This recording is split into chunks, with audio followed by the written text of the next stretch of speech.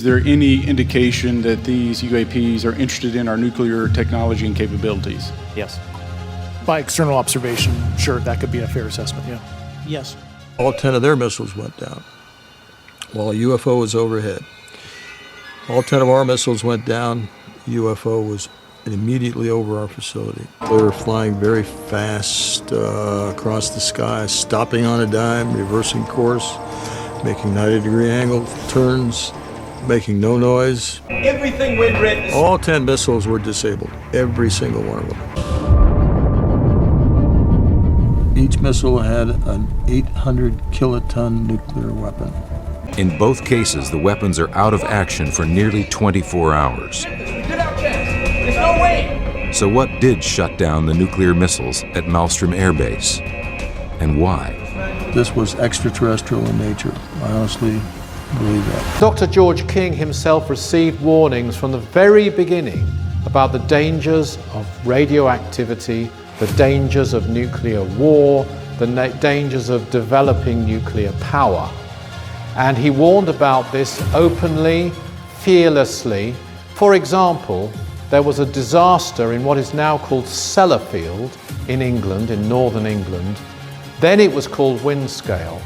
And it was hushed up, it was covered up, and Dr. King received a communication from an extraterrestrial source warning of the true impact of this disaster.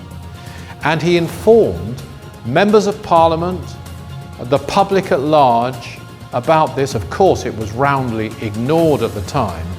And years later, the tragic incidents of leukemia and other developments in the Sellafield area verified some of the warnings he had given. In fact, some information was revealed under the Public Record Act in the 1980s, which proved his original statements that were published in 1957, or thereafter, very soon after the event itself. I took some of those to a newspaper in what was called then Fleet Street in England, and it was one of the national newspapers of the time. It was called Today, the paper. It doesn't exist anymore, but it was a major newspaper at the time. Showed them the proof, and I will never forget the editorial meeting I was at with this absolute proof of the contacts of Dr. George King and the dangers of nuclear experimentation, and also the tie-up between extraterrestrials and their concern for the planet, as well as the people on it, from this nuclear development.